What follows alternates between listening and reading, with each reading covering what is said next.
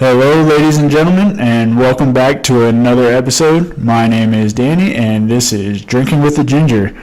Tonight, I have another guest for you guys. It's one of my good buddies, and this is John. Welcome in, John. What's up, man? How's it going? It's going pretty well, actually. I like your little setup here. How many is this now?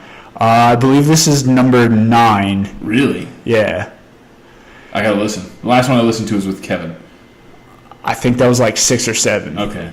The rest of them solo? No, I believe you're my 4th guest, so like every other one has a guest. All right. Yeah, I started off strong and was doing like 2 a week for the first 3 weeks, and then I faded off a little bit. It's a lot of content, but it's all right. Once a week is a good pace. Yeah. Yeah. I definitely want to do 1 a week. If there's enough stuff, I want to try to get up to 2 a week. Mm.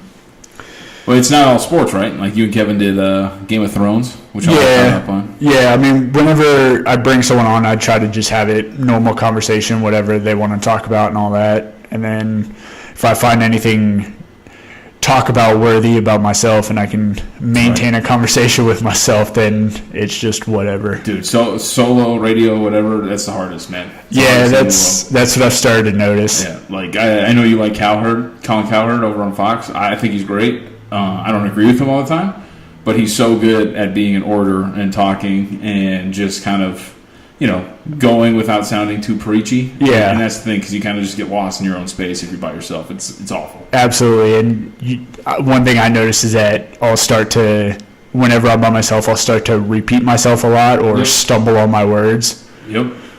So, it's hard, man. It is. And he does it for 3 hours. I do it for 25, 30 minutes. Yep. And then you have people who are like, I can turn on the mic and do that. It's a lot harder than people think. Absolutely. Yep. But, I mean, that's kind of the whole point of this, is so that I can get experience with all this and get used to doing it, because this is what I'm trying to go back to school for. So hopefully this will help. I think it will. Practice, right? It's all about practice. Absolutely. Yep. So I see you're very invested in this game that we're watching, St. John's, Arizona State. Yeah, I bet Arizona State minus 1.5. Okay. So I need them obviously to win by 2. There's a lot that goes into it. Sun Devils play a really aggressive style of basketball in that they like to attack the rim a lot. 6th best free throw rate in the country out of all 53 teams. Yeah, I know there's a lot. Yeah, but top 10 in terms of free throw rate. They just draw fouls. They live at the free throw line. 256th, that's what St. John's ranks in opponent free throw rate. They can't defend without fouling. It's a bad matchup for St. John's. So I laid 1.5, and what is it, 18-10 right now? I believe so, 18, yeah. Good start. Yeah, looking good so far. But, I mean, we are only 8 minutes in. Yeah, they call it March Madness for a reason. Yeah. There was a lot of madness just in the conference tournaments. Yeah. Those were a lot of fun. I mean, I watched more Mountain West, and I was invested in the Big East. I was trying to think of what else. I know Kansas went down. They got blown out by Iowa State. Yeah, I know that was a double-digit loss. That was like 15, 16 points. Yeah. And your Dukies winning the ACC. Yeah, that UNC game was a lot of fun to watch. I thought it was a lot closer than it should have been, though. UNC's a pretty good team. They are, absolutely. I was actually listening to the radio on the way to work today, and I can't remember the guy's name, but it wasn't your boy Bell. It was somebody else. You talking about RJ Bell? Yeah. Fuck that guy. Oh, am I allowed to curse on this? Yeah, absolutely. Okay, all right. No, there was another professional odds maker in town, or a professional bettor, and I didn't recognize the name, but he has Duke losing to Michigan State and Michigan State going to the Final Four. Great minds think alike.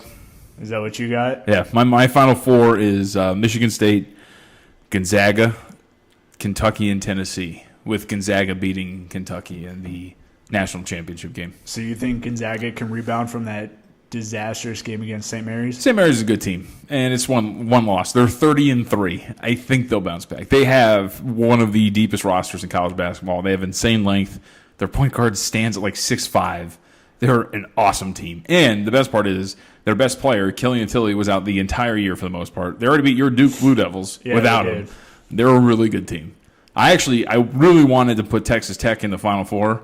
and into the national championship game, but they were in the same bracket with Gonzaga. Yeah. My love for Gonzaga this year outweighs my love for Texas Tech. I think Tech is awesome, but I think Gonzaga is even more awesome. So you don't think they'll repeat what they did 2 years ago and lose? They lost to North. Who, Gonzaga? Yeah. I know. 2017 they made it to the national championship, lost to North Carolina. No, I don't think so. They're a really good team, man. All right. Oh yeah. Do you have a biggest upset for the tournament? Have you done a bracket yet? Yeah, I did an official bracket for work, and I did one bracket for a work pool. They're generally the same thing. Yeah. Try to think. I have kind of like a lot of chaos. Not really. I have Yale beating LSU. I think that's one. That's like a big one. New Mexico State's not really a big upset, but I think they're going to beat Auburn. I'm trying to think what else. I think those are my two biggest upsets at the moment. Oh, you have a bracket. There we go. See, now I can tell you something. I just have printed out brackets. Yeah, I haven't there done we mine go. just yet. Let me see here. All right. Yeah, Yale LSU for sure is the one I feel very comfortable with. I think I might have just set the alarm off on my car. I think you did. Whoops. Yes, I did. Yeah, it's funny because when you look at a lot of these games in terms of point spreads, money lines, whatnot, like a lot of the upsets when you look at matchups like a 5-12 matchup between Wisconsin and Oregon, that's going to be viewed as an upset, but Wisconsin's only favored by a point. Things like that. So I do have a lot of lower seeds winning, but there are a lot of – it's really tight. Like I have St. Mary's beating Villanova. That's 11 over a 6. I think Old Dominion's going to push Purdue, but I did move Purdue on. Yeah, I think my biggest first-round upset is going to go to either New Mexico State over Auburn or Yale over LSU. And I actually have Yale moving on to the regional semis. I have them going to the Sweet 16. Oh, wow. Yeah, because I think Belmont's going to beat Maryland. Mm-hmm. Maryland's not a good team. No 16 over 1s? No. The top of the top in college basketball is so good. Yeah. And even like with Virginia last year, they didn't have Hunter, one of their best players, small forward, who's probably going to be an NBA player. So it's bad to lose to UMBC, right? Yeah. But they're at full strength this year. They're better than they were last year. They're going to be really, really good. And, I mean, yeah, 2 of their 3 losses were to Duke. Yeah.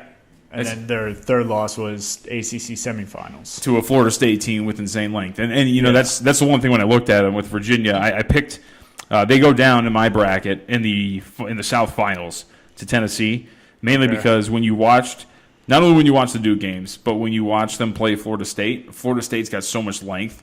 If you look at the backcourt for Virginia, they had this kid, Kihei Clark, who's been getting a lot more minutes. He's a freshman. He's listed at 5'9". Usually your listed height is taller than you really are. Absolutely. So, and this kid's small. So, I mean, he's probably like 5'8", 5'9". He's been getting more minutes the last few weeks. Of course, you have Guy, you have Jerome. The tallest of those two, I believe, is 6'5". They're 6'3". They have a small backcourt. Really lethal in terms of shooting, but really small. So front courts that have size, like Duke, like Florida State, they're going to give them a lot of trouble, which is why I think they're going to make a good run. They're a great three-point shooting team, but when they run into Tennessee, who I've gained a lot of respect for Tennessee, especially that run in the SEC tournament. Yeah. I think Virginia, they're going to make a run, but eventually they'll go down. They're pretty damn good, though. Right on. I was a little skeptical of Tennessee before the SEC tournament when they dropped, 2 of the last 3 or 3 of the last 5, something like that. They did lose to Auburn in their regular season finale. I know that much. And I believe they lost to LSU as well. Yeah, I mean, actually, that's a good point because in that game, an hour before tip-off, LSU's best player, Tremont Waters, is ruled out. Yeah. So you think, okay, here we go. It's a good spot for Tennessee. And you lose that game outright in overtime. So, no, that's a good point. And that's why I kind of looked at Tennessee, and I was like, I don't know about this team. But they're extremely talented, and that was a good comeback against Kentucky. Yeah. They're a really good team. Yeah. It'll definitely be interesting to watch, and I'm excited. This is one of the best time of the year, in my opinion, because, I mean, you got this. Oh, wow. That game's slowly. Split open. It's all right. Nothing is final, but Arizona State is up 24-10. Oh, wow. 9 minutes left in the first. Hey, they're looking really good, though. Feeling good. But yeah, like this is one of my favorite time of the year because, I mean, you got March Madness, which is great in and of itself. And then you got baseball starting in, what, 2 weeks? 2 weeks, yeah. Not even. Next Thursday. Is it next Thursday? Yeah, because I'm going to the Dodgers game next Friday. Oh, are you really? Yeah. They're playing the Diamondbacks. It's already next week, huh? We're going to Warriors Nuggets first week of April. I'm hoping. The cool thing about baseball is that you're going to get like the team, at least for the most part, pitching matchup. When you and I went to go see the Nationals, what was it? It was Edwin Jackson and I think it was Jesse Chavez pitching for the Angels. Yeah. Wasn't the best pitching matchup in the world. I'm hoping that it's going to be a Warriors Nuggets game with the 1 seed on the line in the West. Oh, you guys are going up to San Fran? Yeah, we're going up to Oakland. Okay. Yeah, first week of April. Because I think we had talked and you were going to weren't you trying to go to like the Warriors Lakers or something? Yeah, that was on the schedule. I think they're going to go play the Clippers sometime in the first week of April. But when we saw that was on the agenda, the Warriors and Nuggets, I like that could be. Yeah, you can't pass that. Yeah, that could be battle for the 1 seed, like everything on the line. Because in 2 weeks, what's that going to leave? Like 10 games left of the season, if that. Oh, that's going to be like 4 games left. Yeah. Okay. Yeah, it's like the second to last week because I think the 14th in that range is the last day of the NBA season. Yeah, we're less than a month away from the NBA playoffs. Yeah. We're also going to the who are we going to see? The Cavs and the Clippers. Next weekend. That's actually good. The Clippers are good. Yeah. Clippers are really good, man. Yeah, and I don't know how true it is because I haven't been following it, but I heard somebody in I think it was either one of the halftime shows the other night or it was even post game, and they were saying that the Cavs lately have been pretty good team. They've been playing a lot better. Colin Sexton's been awesome. Yeah. He's been getting better month to month. A lot of these rookies, this is a really strong rookie class. Yeah. I have to follow the NBA for work, and you watch a lot of these guys.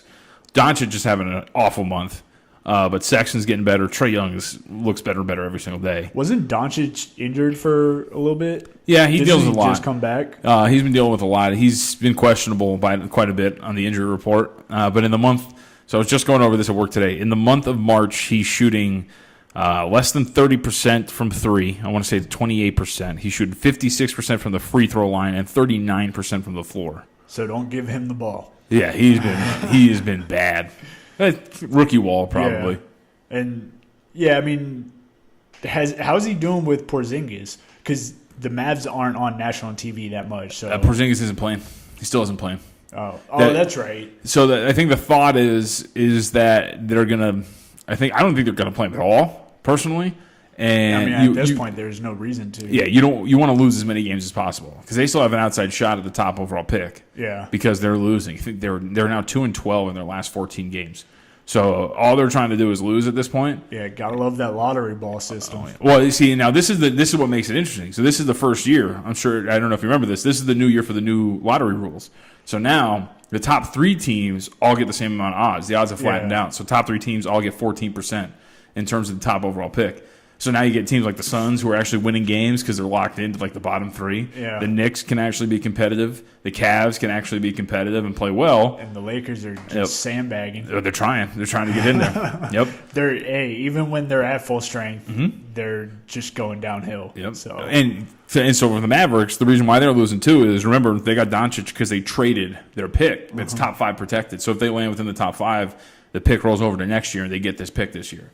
And it goes to Atlanta. Yeah, Atlanta. Oh, yeah. Tanking is great. The NBA is great. It doesn't get a lot of respect, but I love the NBA. In fact, actually, I just think it's crazy that they can't just come out and say it.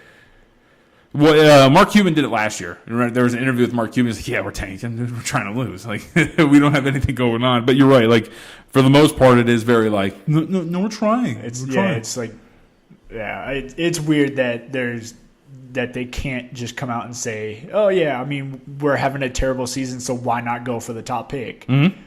Like, there's no point in trying your hardest if you're not getting anywhere. Of course. Yeah. There's you have to build that way. If you're not going to the playoffs, what are you playing for? The year that the Colts, or the year before the Colts drafted Andrew Luck, they started the year 0-13, and they finished 2-14. So they won 2 out of the last 3 games. But I can't remember what other team was right behind them for the second overall pick. But they were in danger because they had won the 2 out of the last 3 games of losing the top overall pick. And they had actually, there was the one game, the first game they had won was a Thursday night against the Houston Texans. Dan Orlovsky threw a game-winning touchdown pass to Reggie Wayne in the corner of the end zone in Indianapolis, and they ended up winning that game. But you were sitting there watching, like, stop, you got to stop winning because you're going to lose out on luck. Well, I know wasn't the team ahead of them the Redskins? Because that was the year that RG3 and him went 1-2, wasn't it? But I believe the Redskins, no, because remember, it was Rams, because the Redskins traded up. Remember, they traded like a giant boatload of picks to move up to 2. It was like 3 or 4 picks or something. Because I remember 2 years later when they played the Rams, Jeff Fisher sent out all of the players that they had selected with those draft picks for the coin toss. He was trolling the Washington Redskins. And I'm sure that was great.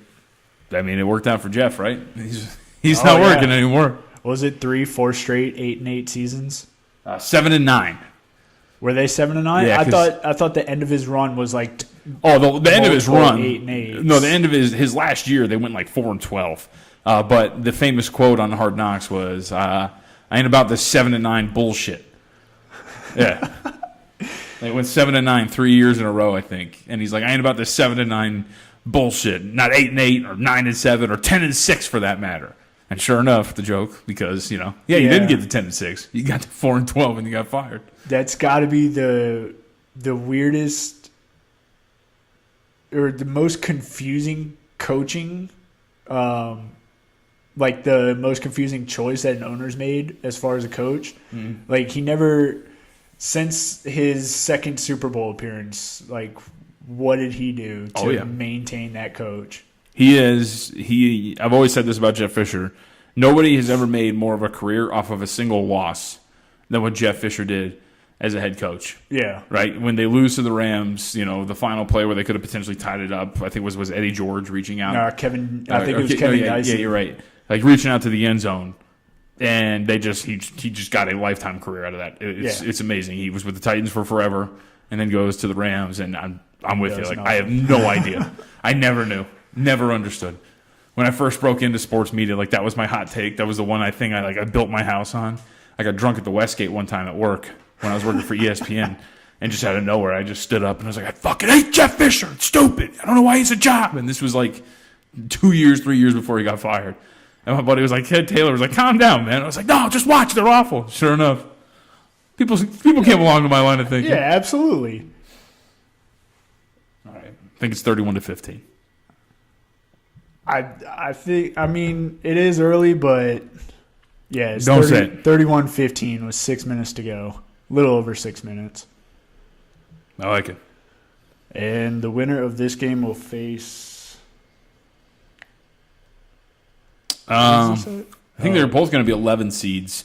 Yeah, they face Buffalo.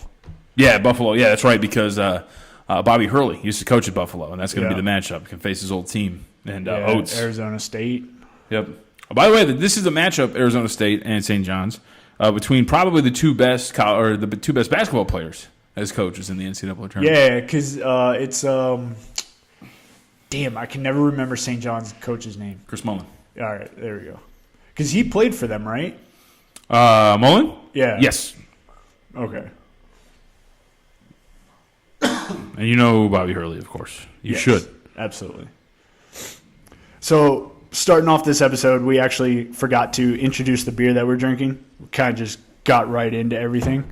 But tonight, we are drinking a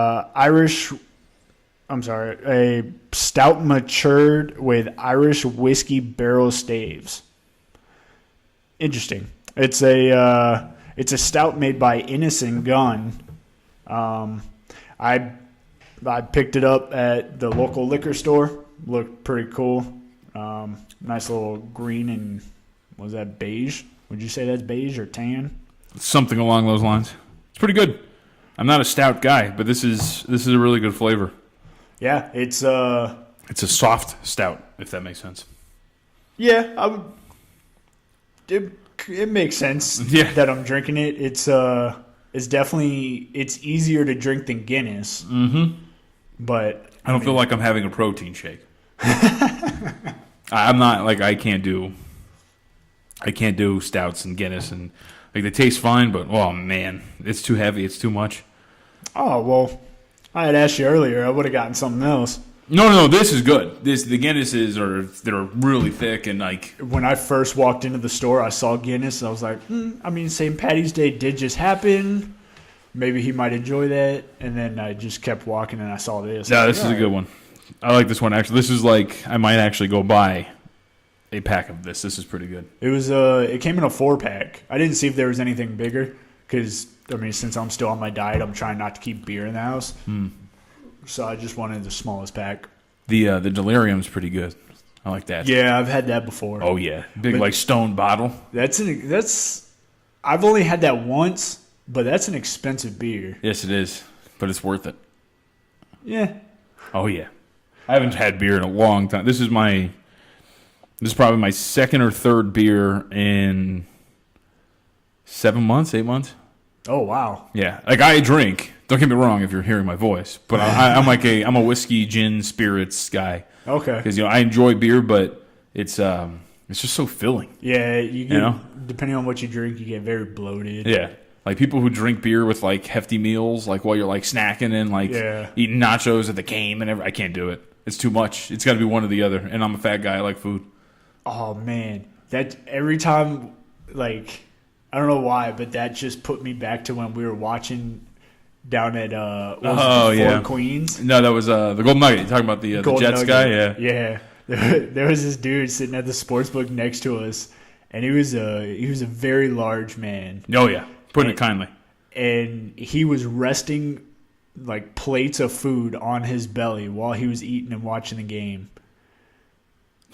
Yeah, like multiple stacks, multiple boxes of onion rings and French. Like, that was the other thing about it. Like, he didn't have a sandwich in any of those. No. Right? He didn't have, like, a main course. It was all just sides. Fried sides. Yeah, that's what got me. Like, not only did he have a giant belly in which he rested them upon, it was just all fried sides. Yeah. I couldn't get over that. That was... And I think he had like 2 or 3 bags of food. Something like that, yeah. Oh, man. He was chowing down. I don't think we saw him finish it, but he definitely was going at it. No, he wasn't able to finish it because, remember, we were sitting in the VIP section. Oh, he got kicked out, right? Yeah. They came and moved him. Because he was fat. No. No, I told him when he sat down, I was like, hey, man, this is VIP section. Oh, that's right. He's like, oh, no, I could sit here. Don't worry. He didn't. He couldn't. No. As soon as he broke out all of his food and he started munching away, they came and told him to leave. That's right. Rule breakers. I can't stand them. The worst kind of people. Absolutely. You never break rules. I do, but not at the expense of others. That's the important part. Well, there you go. So what's your, looking at this March Madness bracket, what is your, either in the first round, your most favorite matchup, or if it can get there at some point in the tournament, what's your most like to see matchup? Okay, so we're just talking about watchability? Yeah. In the first round, the game that I really want to see is probably Marquette Murray State. Okay. That's going to be a good one. John Morant he's going to be a top 5 pick in the NBA. Yeah, a lot of what I'm seeing is he's probably number 2. Yeah, I mean, I think your boy, dude, I don't know why. It's Barrett. RJ Barrett is I think, likely going to be going ahead of him. I saw something today. I think it was on Oddshark on Twitter, and they have RJ Barrett listed as the number 8 potential pick. I've made this case before, and we'll see, because Barrett's about what, 6'8", 6'9", lanky kind of kid. He's a shooter. He's a scorer. I actually think his game is more fit for the NBA. Yeah. And I actually think there is an outside shot that if anybody's going to supplant Zion Williamson as the number 1 overall pick, it could be him. Because of just how he fits in an NBA schedule. He's got an NBA body. His style of play is NBA ready. Zion, he's still got to figure out a 3-point shot. He has to figure out a lot. His free throw is pretty bad. Yeah, that's the other thing. So, like, the shooting really isn't there for Zion, but he's a physical freak. Yeah. And that's the other thing. Like, he's a really good defender. He's a physical freak. Like, you can work on shooting. You can get that to come. Look at Blake Griffin. Blake Griffin did not have a jump shot to save his life. Yeah. And now he's actually a consistent 3-point shooter and a jump shooter. But John Morant taking on Marcus Howard for Marquette, that's like the coolest, best, one-on-one matchup. They're both point guards. They're both going to have the ball in their hands the whole time. They're both electric. Marquette, they're 1-5 in their last 6 games. They're not playing well at all. So that was one of my upsets, if you will, to move on. But if I was going to pick a first-round game that I cannot wait to watch, it's definitely going to be Murray State and Marquette. Okay, and that's 5-12 matchup. Yeah, I think that's what is that? Is that tomorrow actually? I think it's tomorrow. Yeah, 21st. Yeah, 21st. Yeah. That's one thing I love about the first and the second round is that there are literally games from the time you wake up to the time you go to sleep. Oh yeah, especially if you watch the baseball game tomorrow morning. Yeah, I probably won't watch that. I'll be up for it because I gotta stream everything on my computer at work, so I don't know if I'll be able to. Well, what time do you work? As well, 7. Game starts at 2:30 in the morning. Oh man, hell no! I'll be sleeping. I'm not gonna be up at 2:30 in the morning. Yeah, the kid woke me up at 2, and I was like, I'm just gonna wake up and watch this game, and I did. No way. See, but with your schedule, you work pretty early, so you get up super early to prep. Yeah, I don't have to prep anything. Yeah, that's a good point. You have to work from home a lot. As far as matchups, there's potential overall. I mean, if you get a Gonzaga versus Duke in the Final Four, that would be really good. The rematch for Maui, because that was a phenomenal game. It was. The way that Duke played the first half of that game, I never saw the second half going the way it did when they came back and they lost by, was it 2 or 1? I think it was 2. But either way, it was a one-score game. Yeah. I thought they were going to get blown out. I was amazed. I had bet Gonzaga in that game, and I was like, oh, wow, okay, here we go. I think they were down almost 20 at halftime. Yeah, I think they were getting run. That's for sure. You'll have to double check. You'll have to check that box score because they were getting run. But dude, and that's why I can't wait and that's why this game is, if they were to play again, that's why it's so fascinating because Gonzaga didn't have Killian Tilly. Right? Killian Tilly is this French kid. He's 6'10". He is absolutely fantastic. And they didn't have him that time around. So the rematch would be great because you would get Duke very much so ready for Gonzaga this time around. And also, Zion Williamson wasn't the guy that he was now. Back then, when they were playing at Maui, R.J. Barrett was still thought to have been the top-tier NBA guy. Yeah. He was a little bit ahead of Zion in terms of what his potential was going to be and in terms of the NBA draft. Yeah, beginning of the season, they definitely had Zion, or they had R.J. Barrett as the main guy for Duke, and Zion didn't take that over until ACC games started. But to go back to the beginning of the season, it was actually a lot closer. It was an 8-point game at halftime, and then Gonzaga ended up winning by 2. Yeah, that's the one I would probably be looking forward to the most if I'm just looking at potential matchups down the road. Other first-round games, Wisconsin-Oregon is going to be, I think, really good. It's probably going to be 40-40. It's going to be really low-scoring and ugly game, but that's going to be a lot of fun. I'll tell you what, this is interesting. When you're filling out your bracket, or if anybody listens to this before, which is tomorrow morning at 9 a.m., so I'm not sure how many will get this. Cincinnati is a 7 seed, and everybody was complaining about how the Bearcats kind of got screwed and they were a 7 seed, but they also put them in Columbus, Ohio.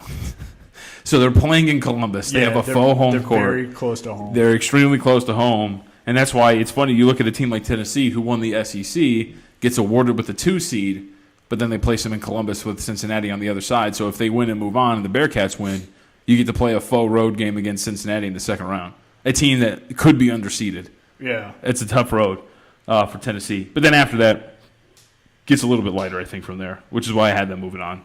If they can make it past Tennessee in the second round, it's roses, because I think you're probably going to get a combination of either St. Mary's, Purdue, or Old Dominion after that.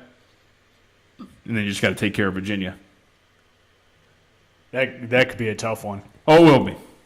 I think Virginia's going to make. But in order for Virginia to do anything, they have to, their defense can't have any holes. I don't think they're going to. They're number 2 in defensive efficiency. They're really good. All right. I like this Virginia team a lot, even though I don't have them in the Final Four. They make it to the Elite 8 in my world. It's Congrats. completely understandable. It's better than losing in the first game to a 16 seed. By 20. Yeah, it was bad. Did you see the clip I sent you on Twitter today? Yes, I did. My boy Mike Francesa. I'm not sure. I'm a big Mike Francesa basher. I also want to be him one day. Yeah. Because, if you do no prep whatsoever, get paid at least six figures. Let's just say that's what he makes, at least six figures. To just go and bloviate about nothing that you know nothing about and pretend like you do.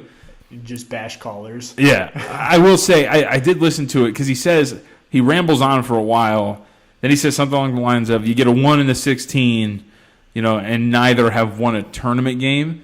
I feel like what he meant was the play-in team is going to move in. Like the play-in team who's going to be a 16 seed then goes on, and neither one of them has won a tournament game like this year. Well, from what I remember, he was basically saying that congratulations to the 16 seed that won. Now you're playing a number 1 seed, and no 16 seed has ever won in the tournament. I wouldn't put it past him to not remember what happened last year. We're going back 1 year. It's not like we're going back 10, 15 years. Yeah, I wouldn't put it past him not knowing. For someone of his caliber and like what he's paid, come on. All it takes is an hour of just research. An hour? It takes 2 seconds. To look that up, yes. But, he's doing it live. But, it takes an hour of prep work to get a gist of history for the tournament, at least along the lines of seedings. It's also on his production crew to not have him ready. I mean, that's the other thing. Some of these guys, when you get that high, a lot has to be done by your production crew to get them ready because they're not going to do any research. It's on the production crew to get that done. Not everybody can be, young, upcoming, stars in the making who actually do research and try. Are you secretly talking about yourself? No, I'm talking about you. Well, I was going to do I was doing a slight research before you got here. I was looking up all the conference winners and all that, and I started writing them down. And then I found the actual webpage on NCAA's website that just lists them out. And I was like, screw this. I'm not writing it down. I'll just keep the webpage. All the auto builds, all the auto bids, I should say. I didn't realize how many, it's not a surprise, but I didn't realize how many conferences there actually are. Oh yeah, there's a lot. It's absolutely ridiculous. And this is 1 year where, and I always pay attention to conference tournaments, but I'll watch the big ones. Yeah. This is one of this year and last year, I've really been, because of the new job, I've really been kind of in tune, in trying to watch as much as possible. I can't look up Vermont.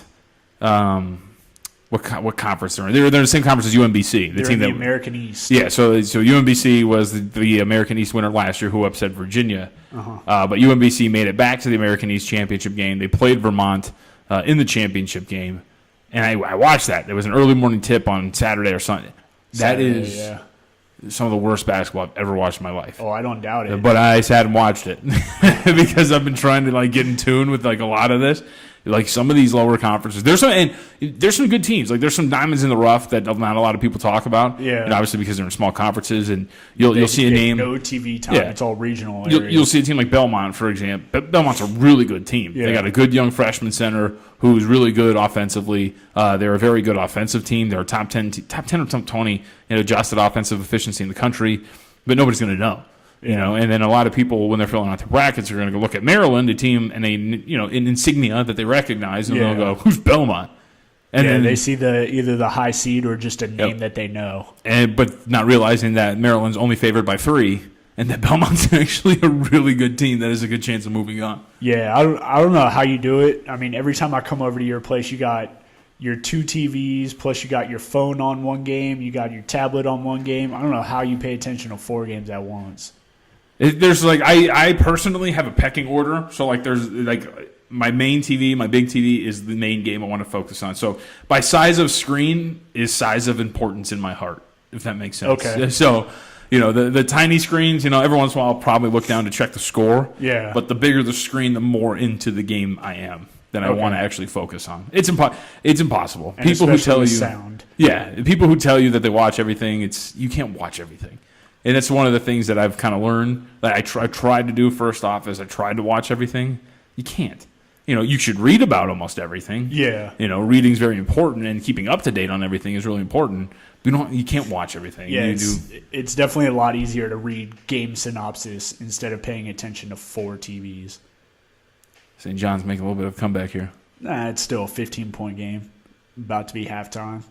See, that's on top. 14 points in the paint. Yeah, can you pull up the box score really quick for Arizona State St. John's? Because this is what I'm intrigued by. Arizona State's got 14 points in the paint. Looks like they missed a 3. But I'm curious. It's funny because, when you do sports gambling, you can break down the game and you can look at every single number possible. And sometimes the game breaks down exactly how you thought it was going to. Yeah. Or it's just going to be the complete opposite of what you thought. Do you have the box score? Hold on. I'm curious to see how many free throws Arizona State has at this point, or free throw attempts. St. John's is not a good defensive team at all. We got free throws. Arizona State is 6 of 8, and St. John's is 2 of 6. Yeah, so 8 free throw attempts. Not bad in the first half. Probably like a little bit more. And, yeah. Sweat this out. The high score is Dort with 11. Dort, who at the end of the Pac-12 game, it's a semifinal because Oregon played Washington in the championship game. It was overtime. They were down by 3. Dort is, I believe, you can click on him and tell me, I believe he's about a 33% three-point shooter, somewhere in that range. And he took an NBA 3 with 28 seconds left to try to tie the game. Yeah, you can't do that. No. This is the hardcore basketball knowledge that I have absorbed over the months. And this is the best part too, is people tell me all the time, and I think you've done this to me too. Once college basketball is over, I will expunge my mind of everything. I won't remember a single thing. There's been times where I know you've come over, you've asked me something. I'm like, I don't know, and you're like, you just got back from work. I'm like, I don't know, man. Like, work's over. Yeah. I can't remember it. I'm sorry. I mean, everything you say one day has got to go out your mind, and you gotta reinvest the next day.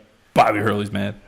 So Dort in the regular season was 31% from 3, and 31% 3-point shooter, taking the potential game-tying shot in overtime of a conference semifinal from NBA range. It's exactly what we want. He averages 1.6 makes out of 5.6 attempts. Yeah, that's the guy that was going to save the season.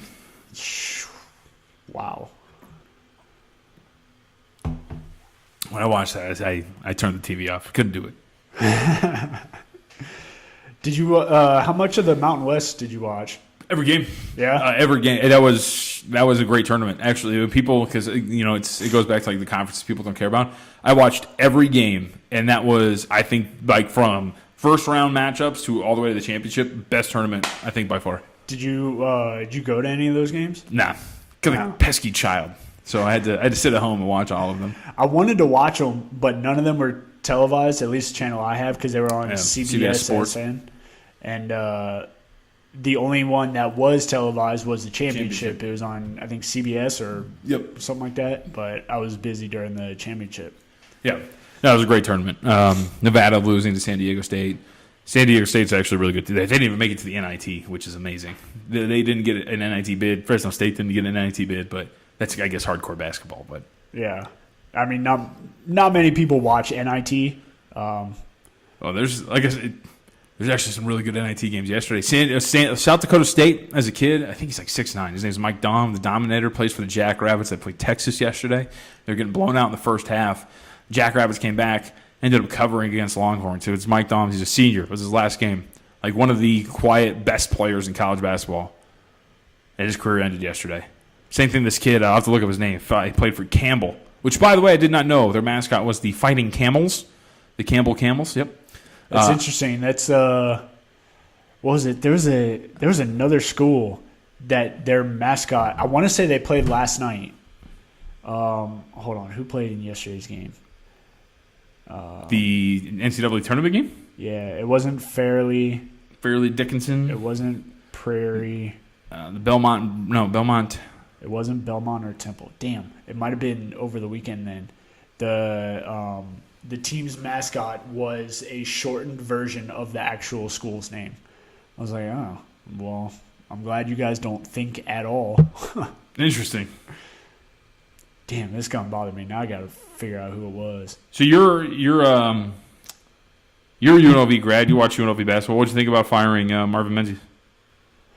Honestly, this year I didn't watch too much. I followed earlier on, but I kind of tailed off after the game that we had went to.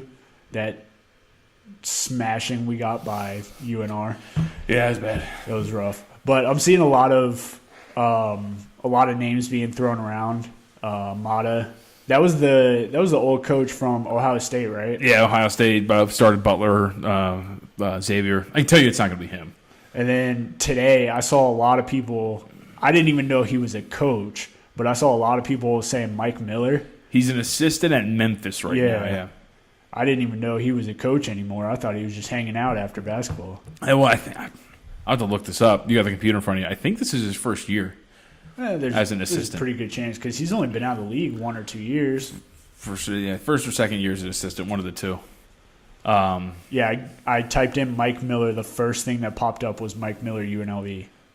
Well, yeah, we're in the UNLV. You're in the zip code, I'm sure. The man is listening.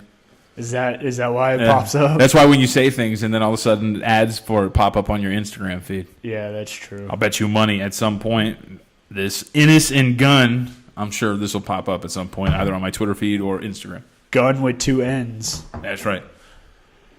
All right, so let's see. He was...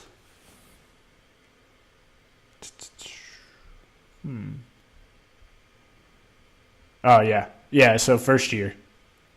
Yeah, okay. Yep, he's an assistant coach. Yep. Interesting that people want him.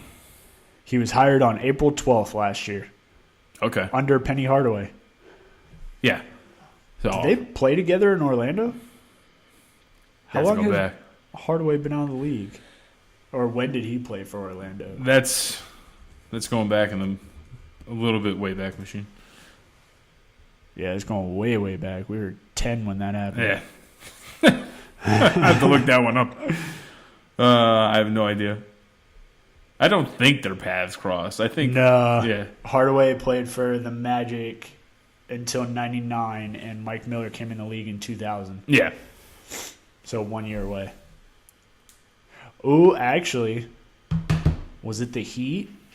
They might have crossed paths on the Heat. Nope, never mind. So I don't know, but I think they're just former NBA players who joined the staff together. Miller's brother. Remember, Miller's brother Ryan Miller was an old coach at UNLV. Now he's an assistant over at TCU. He's a really good recruiter, and so people want Miller because they think that just that link. It's ridiculous. It's absolutely insane. Wasn't it the same link for what was another coach that was linked just because of they were brothers? Was it? I don't think it was Sanchez, because his brother's a coach at Gorman, isn't he? Yeah. He took over for him when he left football. Yeah, his brother Kenny Sanchez was the defense coordinator. I think that was his title. Oh no, it was Rice. Oh yeah, well when yeah, he Rice. Left Dave UNLV, Rice. Weren't they trying to get his brother from Gorman? I don't think they were trying to get his brother. No. Oh, I thought they were. No. He was fired unceremoniously from UNLV, so I don't think that. I don't think the brother. I don't think Coach Rice. My high school coach, by the way, over at Gorman. I don't think Coach Rice, Dave Rice, no, Grant Rice. I'm sorry, Grant Rice is the Gorman head coach. I don't think Grant was really a big fan of the way that some of the fan base treated Dave, and the fact that he was fired in the middle of the season. I mean, those were some rough years. Not really. Not went to the tournament twice. He did lose both games, but they had really good years. Had winning records. Under Rice, good they talent. went twice? Oh, yeah. I thought they only went once. Nope, lost to Colorado. I remember that one because, am I allowed to say that? Yeah, it's a podcast to say it. I was really stoned on a couch watching that one. And I remember Colorado, UNLV turned the ball over, I want to say like 25 times in that game. Lost to Colorado in a first-round matchup. And then the next year, that's when they had Anthony Marshall. They lost to Cal, 64-61. I remember the exact score. And I think it was 64-61, actually. But Anthony Marshall, who was the first overall pick for the Cavs, that Anthony Marshall. Yeah. Was it Anthony Marshall? No, it's not Anthony Bennett. Why do I keep saying Anthony Marshall? Anthony Marshall is the old guard. Yeah. Anthony Bennett. No, it wasn't even Anthony Marshall. It was God damn it. Look up the 2011 UNLV. 2011 or 2012. I was still at Starbucks. But Bennett was the one who got drafted by the Cavs. Regardless, Bennett did not have a great game against Cal. Yeah, that was his NBA career was a bit of a disaster. He's still trying to come back, isn't he? Isn't he in the G League now? Who knows? I think I stopped tracking Anthony Bennett. I think he got back into the G League. Okay, yeah, Anthony Marshall played 2012, 2013. Yep. Yeah, Anthony Bennett was the He was the 6'8" top center overall pick. Yeah, from Canada. Man, I remember. I would think I was I want to say I was like a junior or a sophomore when he played at UNLV. And who's that? Anthony Bennett. There's no shot. I was working at Starbucks. So that freshman was year? No, he was a year below me. Anthony Bennett. Yeah. Like got drafted by the Cavs. Anthony Bennett. Yeah, he's younger than we are. Yeah, so we would have been out of school. No, I was still in school. Oh wait, no, you're talking about UNLV school. Yeah, oh, okay, yeah. Yeah, they lost to. You think I was talking about high school? High school for some reason, yeah. Yeah, they lost the round of 64, Colorado. And then, yeah, look at that. Boom, mine like a steel trap, 64-61, lost to Cal. Why do you remember scores? It's crazy. I'm a fan, man. I'm a fan of UNLV. Oh, he actually celebrated a birthday last year. Boy, I think we all celebrated birthdays last year. Or last week. Whatever.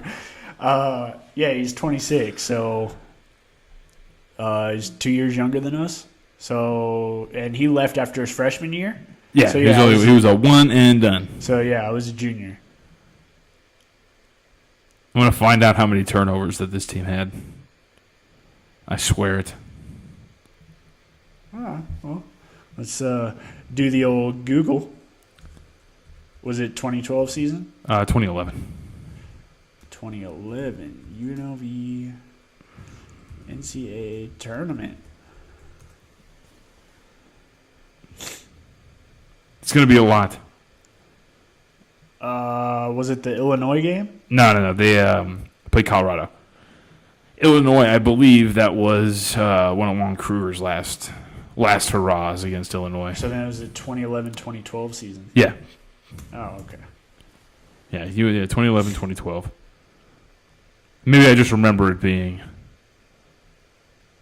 a awful game, and the turnovers weren't as bad as I thought. But I remember watching that, be very excited. Almost as excited as the year that they made that run to the Sweet 16, lost to Oregon. So you're not from here, Danny. You don't understand. No, I'm not. And I remember my freshman year at UNLV, I wore a Duke sweatshirt on campus. Oh, see, you should have gotten beat up. This lady even made a comment to me. She's like, you do realize you shouldn't be wearing that sweatshirt on this campus, right? Oh, yeah. I was like, it's all good. Yeah, you can't be doing that. That's ridiculous. 64-68 loss. Yep. Need a box score, though. I'll find it. So who's in your – you haven't made a bracket yet? No, I haven't. I honestly haven't even looked at the bracket, so I don't know who's where other than what we've talked about tonight. I'll probably end up doing the bracket after you leave tonight once this game's over. I assume you will have Duke winning the whole thing. I don't know about the whole thing, but definitely going very far. It would all depend on who they match up against. My dream matchup is to see UNLV UNC or Duke UNC. Oh, no. I think that would be a worst. Fantastic final. No, that is the worst. After what happened in the ACC Nobody cares. Semis? Nobody cares. I was talking to this dude, so I went to this kid I work with, his name's Sean. He went to UNC. Yeah. And before, I don't know if it was before the first or the second Duke UNC matchup, but they're playing like old UNC Duke like games on ESPNU the whole week, and nobody cares. Nobody cares. People in the rivalry care, but nobody cares. Was that last week before their last game, or was that like no? It was like the first matchup. I think I was actually watching those same games because I remember. I think I was at Silver 7 or 777, whatever that casino is over by the Hard Rock. And they were playing it at the bar there. And I remember just sitting there watching. I was like, damn, I forgot how good this 2001-2002 season was. So I finally tracked it down. So I misremembered it to a certain extent. All right. It was Colorado who kept turning the ball over, and UNLV couldn't take advantage. They just missed shots. Colorado had 23 turnovers to 8 for UNLV, but UNLV shot 14 of 35 inside the arc and 9 of 36 from three-point range. Wow. Oh, 25% from three. Yep. Absolutely brutal. But, I mean, that does fall right in line with UNLV. Shoot the three till you die. Yeah, it was pretty bad. I mean, that's all they do every year. It doesn't matter who the coach is. It's shoot the three until you die. Yeah, I remember that. The Cal game I didn't get to watch because Isabel, my fiance, who I now have a child with, at that time we were trying to find – I had just gotten off work at Starbucks, and I wanted to find somewhere to watch the game because I didn't have cable at the time. And every bleeping place we went to did not have a spot. Like, that's how popular UNLV used to be. Yeah. And we went to 4 – I remember this vividly. We went to 4 different either bars, Buffalo Wild Wings, whatever it was. And by the 4th or 5th spot, I just gave up. I was just like, let's go home. Like, I'll listen to it on the radio. Just and I had no to listen. spots to sit or just not playing? They had no, they were playing the game, but there was no room for us. 4 different spots, and they were just like, sorry, we're full. Like, you can stand and you can watch the game, whatever, but, we're full. Or it was a bar where at that time I think it was like 18, 19, whatever year that was. What is that, 2011? You said 2011, 2012? Somewhere around there? That year was 2011. So I was about to turn 21, somewhere in that range. And that's how popular UNLV basketball used to be. Yeah, I remember trying to get tickets to games and like their major conference games. It was impossible to get tickets. Like, you had to be lining up as they released tickets, or else you were shit out of luck. Yep. And it's the football team. You bring your class schedule, like with all your credits. Yep. 2 free tickets. Here you go. Basketball, you get a discount. Yeah, I was actually walking on campus. I still don't know what it was for because I didn't ask anybody. But I was walking on campus back in October or November, and there were people literally camping, like sleeping bags, lawn chairs, literally camping out to get tickets for something. And I think it was the homecoming game, so it had to have been like what year was this? Timeframe. It was this past for football. Fall. I don't know. They were camping out to get tickets, so I'm assuming it was for homecoming. Who did they play for UNLV homecoming this year? That football program's weird. Yeah, it is. I enjoy the football program, but it's in an interesting place. This is cool, man. UNLV. Nobody cares about UNLV sports. It's amazing. Like 10 people. UNLV. The basketball program's a good job, and when it's good, like this town's pretty cool. Yeah. Like I said, when Rice first got here and they beat North Carolina at the Orleans Arena, dropped 100 on them. That was awesome. Throughout my childhood when they were good and leading up throughout like my adolescence, there was a lot of hype about that program. Yeah. Now that the Knights are here and they just keep winning. Knights are the most important thing in this town. Oh, yeah. It's ridiculous. And the fact that they're winning again this year. The fact that they go and get Stone and they're just ripping off wins left and right. Yeah, they were looking a little questionable back in January, early February. I was going to say, just last month. Lately, they've been on fire. Yep. Well, they've won 9 out of 10, I think, haven't they? I don't know. It's something crazy. I know they're I want to say they're like top in their division now. And they're only a couple points back of the conference lead, I want to say. I don't think they're that good. Calgary and San Jose had a pretty good lead at that point. Conference at this point right now, Calgary's on top. Then it's San Jose with 94 points, 3 points behind. Winnipeg, Nashville, and then Vegas. Okay, so they're sitting fourth. In terms of the division, that is another story. Division, I'm pretty sure they're leading. No, division, because Calgary and San Jose are in their division. And they're on top of it. Yeah. So Calgary and San Jose right now, they're 10 points behind Calgary for the top of the division. They're 7 points behind San Jose. Okay. So it was a good win the other day against San Jose. But I think because they're 7 points behind San Jose, Yeah. They're 9 points ahead of Arizona. So like they're snugly in to the postseason with what, 9 games to go, something like that. Yes, they played 73 games, so 9 games left. Yeah, that game the other night was that was a dominating game. The Sharks win. Yeah, 7-3. Yeah, and the game on St. Patty's Day, I believe they won that like 6-2 or 6-1. Yeah, they beat the Oilers 6-3. They've been on a good run, and even then, so they lost to the Flames on the 10th, but that was a revenge spot because they beat the Flames here at Vegas. That was on the 6th of March. They're going to be pretty good. Yeah. The postseason is going to be great because I think now I'm not great with NHL. You're better with NHL, but I think the way that it sets up, they're third in the division right now. Calgary would get one of the wild card teams, and I think they would get San Jose in the first round, if I remember correctly. Because the 2 division leaders get each of the wild card teams, right, and then the second and third place teams in the divisions get each other in their playoff series. Actually, I'm not 100% sure. I think the number 1s actually get a bye, and then 2 plays the wild card, the last wild card. Either way, the Knights are playing really. They're clicking at the right time. Yes, and to trade a young prospect to get a guy like Stone is pretty good.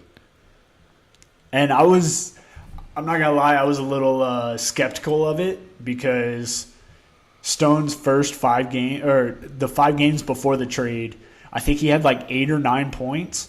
And then his first 5 games after the trade, he had 1 point. But then in the last couple games, he's been on fire. According to NHL.com, first round division winner will, with the best record in each conference, will be matched against the wild card with the lesser record. The wild card with a better record will play the other division winner. And then the teams finishing second and third in each division will meet in the first round. So then, yes, Vegas would get San Jose in the first round. Okay. Which would be a tough series.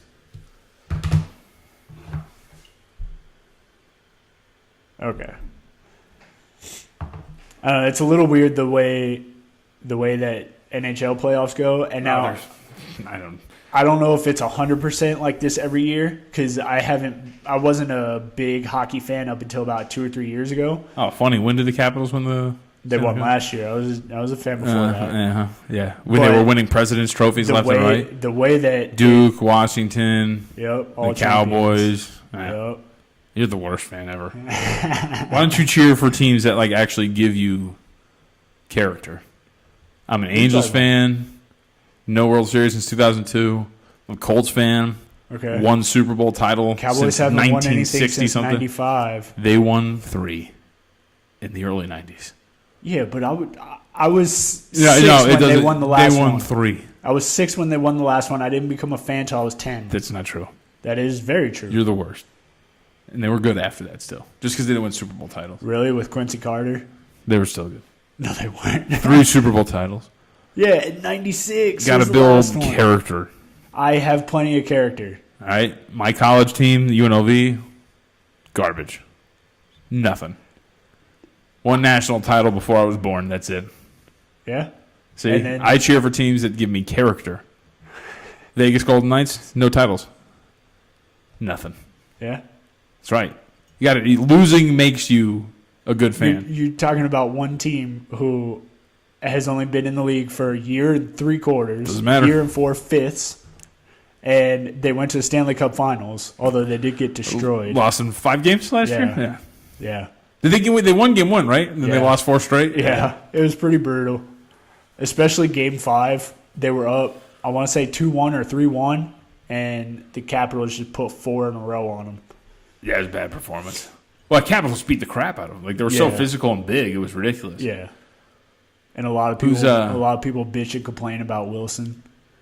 Yeah, That he's a dirty player. He's kind of dirty, but that's hockey too. He's an enforcer. Exactly. He's a little dirty, but Ryan Reeves is also. Say, that's the reason why they got Reeves anyway. Yes. Who's the coach now? He's the Islanders head coach. Who was it last year for the Capitals? Is it Trotz? Yeah. No. I think so. Because Capitals are Barry still. Trotz. Yeah, Capital. I know that for a while, Capitals. this regular season we're playing pretty well. They had an 8-game winning streak. They're falling along the lines of the Knights. That was snapped by the Penguins. I bet I bet one hockey game this year. I don't know. I don't think I told you this. I bet one hockey game this year. Your Capitals have won 7 in a row, and they were taking on the Penguins. Was that the last week game? Yeah, last week. And the only reason, and it's funny because it wasn't even the win streak was regardless of the win streak, they had just rested. Who's your goalie? I can't remember his name. Holtby. They had just rested Holtby for a day. Yeah. It was the 9th consecutive start for. Who's the goaltender for Murray? Is it Murray? It was the 9th straight start for Murray in goal. They were just riding Murray into the ground. Holtby had a day of rest. Your team had won 7 in a row. Over the 7 games, they had scored 32 goals. Like they were just rolling, and they get a goaltender on fresh legs against a goaltender that had been in between the pipes for 9 straight games. This was his 9th straight game. They went up 2-0. Yeah. And then they got scored 5-1. Yeah. And it's funny because it was the first hockey bet I made. Because I've been watching hockey. I've just been, like we were talking about earlier, where I'll just read box scores and I'll just kind of pay attention as you get closer. I'll watch Knights games, but that's about it. And so I've been, studying a lot of box scores, and I felt confident, done enough research. I was like, all right, let me do this. They were a good plus price. Bet on them. I checked the score. It's 2-0. Even my co-host at work, Matt Humans, texted me. He's like, dude, you nailed it. And I was like, maybe. We'll see. Oh, there's the curse. I fell asleep, and then sure enough, I wake up. It's 5-3. And I was like, oh, my God. Yeah, that happened tonight, too. They're playing. I mean, you were giving me shit for watching it when you came over. No, you can't. Come on, it's the NCAA tournament. Which, by the way, there's been a stalemate here in the last. Yeah, last 21 seconds. It definitely stalled. It's only been 21 seconds since this half has started, but still. Yeah, but they also wasn't the score like 32-17 with 5 minutes left or 31-15, something like that. Yeah. But no, like the Capitals game tonight, playing Tampa Bay. They've already locked up President's Trophy. Best team Tampa in the Bay, league. right? Yeah. They're going to win the Cup. No one can stop them. I don't know about that. They're going to win the Cup. But friendly wager. They went up 1-0 in the first, and then Tampa Bay came out on fire and made 3 in a row, went up 3-1, and then Washington comes back and ties the game 3-3, and then a minute after they tie the game, they give up another goal. Mm-hmm. That's just how it goes with them this year. They make a big run and then the other team comes back, or as soon as they tie the game, they allow a goal. And the way that Tampa Bay took the big lead tonight, they fucking got 2 penalties and allowed 2 goals on both penalties back to back within a minute and a half of each other. Mm-hmm.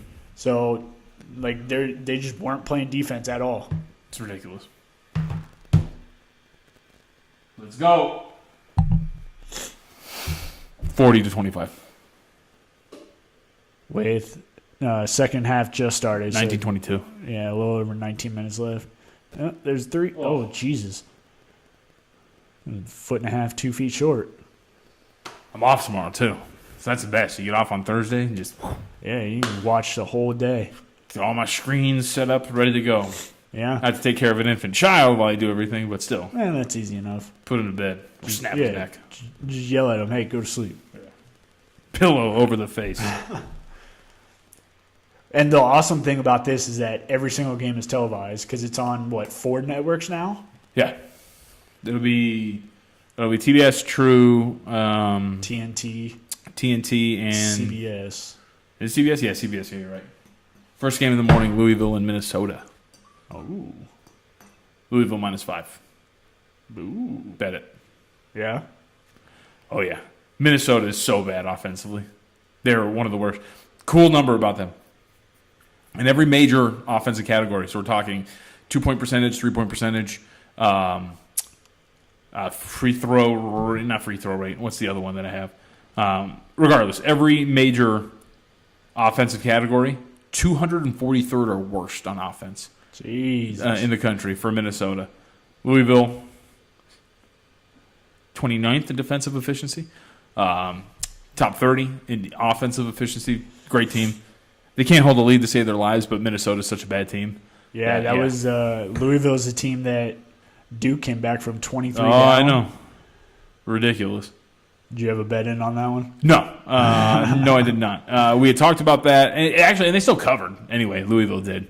They just ended up losing that game because that came down to the wire, and I know that there was free throws and like the foot in the lane, there was a blocking foul with like 5 seconds left that got changed into a charge foul. I thought it was the other way around because I thought wasn't it Reddish who got called for a charge, and then they reviewed it and they saw the kid's heel was in the zone, so then they reversed it to a block. One of the way, and then they sang free throws. It turned out to go in Duke's favor with like 5 seconds left, Yep. and they shot free throws to win the game, and came back from 22 down with like 10 or 11 minutes left. Absolutely, and that was. See, and that's why it's cool to keep track of like college basketball throughout the season. So Louisville gets crap for that game, right? Yeah. But that was a stretch of 4 games in which the game before that they had played Florida State. They were up 10 with less than, I want to say, 3 minutes left to go in that game. At the end, they were down 2. They're up 2 with a few seconds left. Offensive foul, give the ball back to Florida State. They tie the game up. They go to overtime. They lose. They do that with Duke, right? Then they play Clemson. Right? Their next matchup. Against Clemson, they're up by 7 points with 57 seconds left. They end up blowing that, and then on an inbounds, they turn the ball over and get Clemson one shot to win the game. And they have to block that to end up winning the game against Clemson 57-55.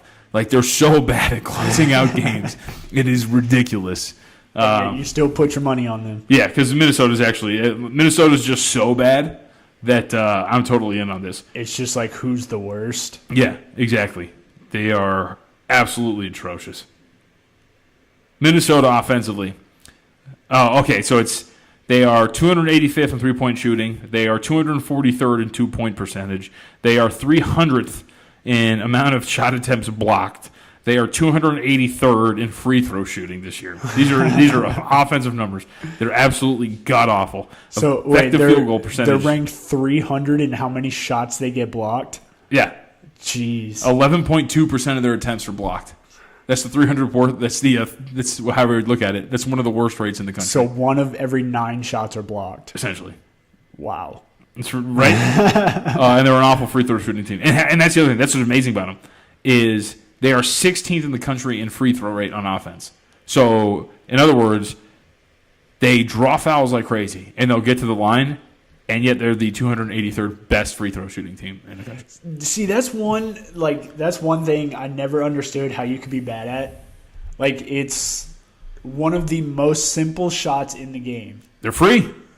They're and free. Yet there are teams, like I believe Duke, their average team free throw percentage is like low 70s.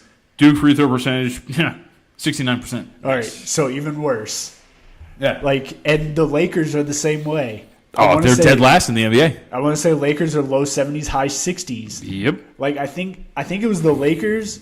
I get those two mixed up because they're just that bad in free throws. It was either Lakers or Duke. One of them sent a player to the free throw line the other night, and I remember the commentator saying this is one of the team's best free throw shooters, and he was at like 76%. It could be the Lakers, especially considering their roster is absolute garbage at this point. Yeah. Like I never understood how people could be so bad at free throws. Oh my god. I'm just getting text messages from my fiance about You need to go? No. She's telling me that she has gas. Oh, well, that's lovely. Shout out to Isabel. That's right. Gas. That's what relationships are like once you have a child. You thirsty? You need another refill? Yeah, sure. I'll take one more. All right. These are pretty good. Yeah. Very solid beers. Very solid beers indeed. Yeah, they're like We can't talk off mic. People can't hear you. Yeah. Come on. You got to learn to be professional, my friend. Hey, it can pick me up a little bit. I don't know about that. Very unprofessional. You got to learn the ways. You got to have someone to teach you the ways. Talking the mic. Be ready.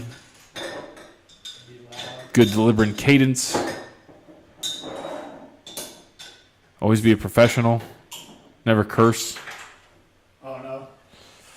Well, it depends on what format you're on. If you're on satellite, you can curse. Technically, if your network allows it. Our network does not. Well, no, like I was saying. Cut it to 9, man. Well. Yeah, this beer was like, it was like I think it was 104 or 105, and they're all like specifically aged in certain type of barrels, like certain type of liquor barrels. I'm definitely interested in trying the other ones, though. They're different brands? Are there different types with this brand? Some of them, yeah. I saw a couple stouts that were the same, but they were made in different barrels that I guess give them a different taste. Not really sure how that all works, but yeah, I'm definitely going to go back for more. Although for a 4-pack, it was a little pricey. High quality, my friend. Yeah, I've never even heard of this company. Just like some restaurants. It's from Edinburgh. The holes in the wall are sometimes the best spots. So it's a Scottish stout distilled in Irish whiskey. Triple distilled. It's pretty cool.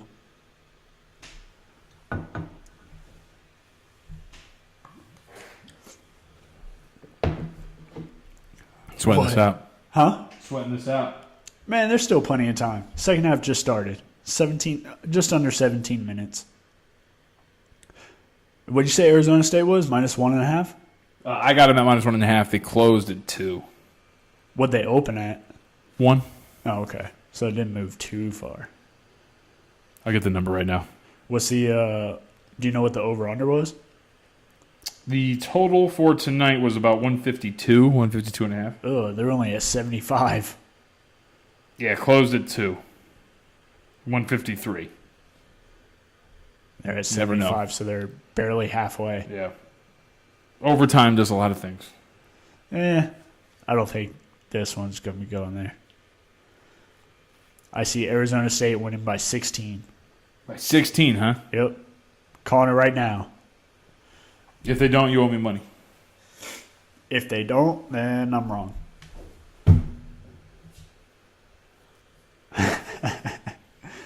So you, I know you were like the main football guy. Or are you still the main? Like right now, are you doing like the main football stuff, or is there somewhere else that you're concentrating on for? Are you talking about at work? Yeah. I'm our primary NBA writer.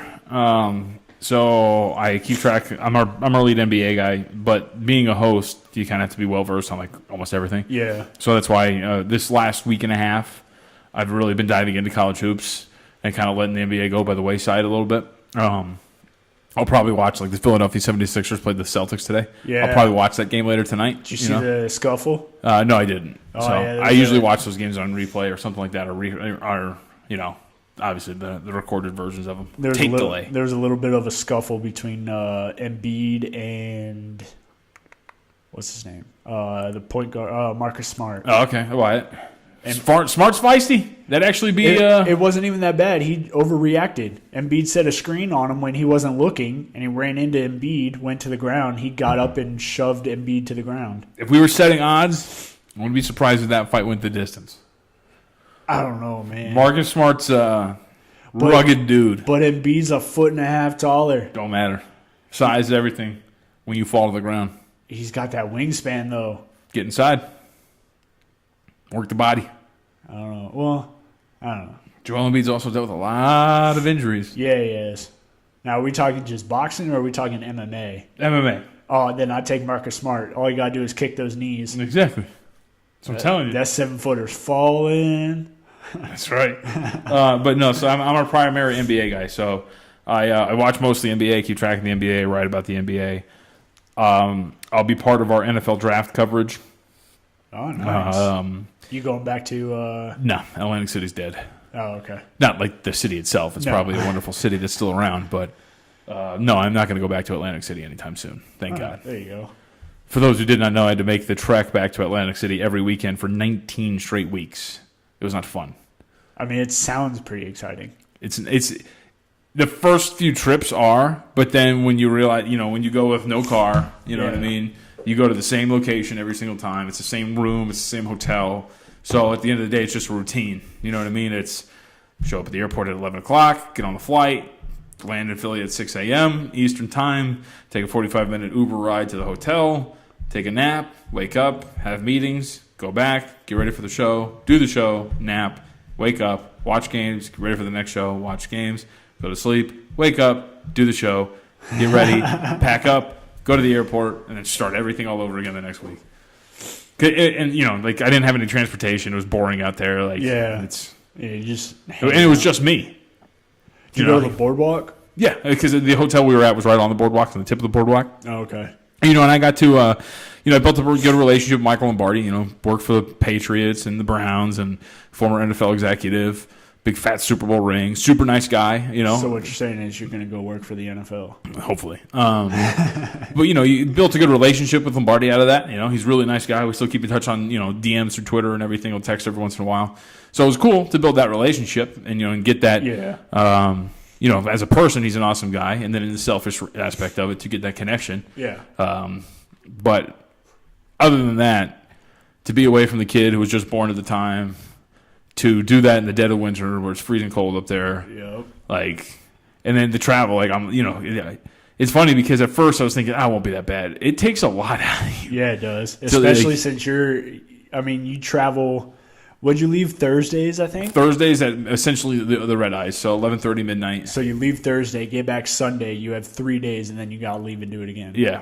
And so, your health kind of takes a hit. Like, I'm exhausted all the time. Yeah. You know what I mean? Then when you come home, and then on top of that, the 3-4 days that I'm home, I have an infant child to take care of. Yeah, and you're also working while you're here. Yeah, I'm still working, yeah. That's rough. Yeah, it was not the most fun, for sure. Yeah. But, decent experience. Maybe I'll go back one day. But the problem with Atlantic City is it's so isolated. I don't know if I know you're from the East Coast, but no, I've never been to Atlantic City. There's no airport, so you have to fly into Philly, which is 45 minutes. From Atlantic City, it's 45 minutes east or west. East if you're going from Philly, or you fly into Newark, which is about an hour and a half. If you have a lead foot like me and you rent a car, an hour and 10 minutes, south from Newark. Yeah. So it's really isolated.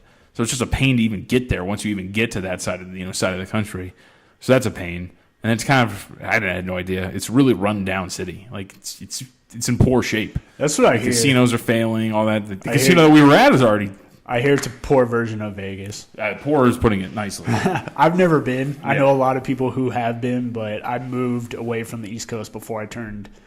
Yeah, they're 21. Before I turned 21. Think if the strip was just an isolated, you can drive 5 minutes away, you can find something off the strip, you can find neighborhoods, whatever. Yeah. Just the strip isolated on a coast. That's exactly what it is, with some rundown apartments by it. I wouldn't go. Yeah. Nothing. There's nothing. And then there's prices. The prices over there, it sucks. Oh, yeah. It's expensive. Absolutely. I mean, everywhere along that coast from Virginia on up. Yep. Well, it's cool that you're going to be here. You're going to be local. Yes, it's going to be great. Awesome. All right, man. Well, this has been a lot of fun. Yeah. We'll go ahead and wrap this bad boy up. Okay. Because I could see you're getting more and more intense in this game. It's getting down to the wire, man. 15 minutes left, 9-point game, Arizona at the free throw line. I also got to get back home and check in on my child. Yeah, that's true, too. Got the wife and kid at home. That's right. My ring comes in pretty soon. Awesome. We got married the other day. No, you didn't. Yeah. Really? Yeah. We just did the whole courtroom thing. We got married.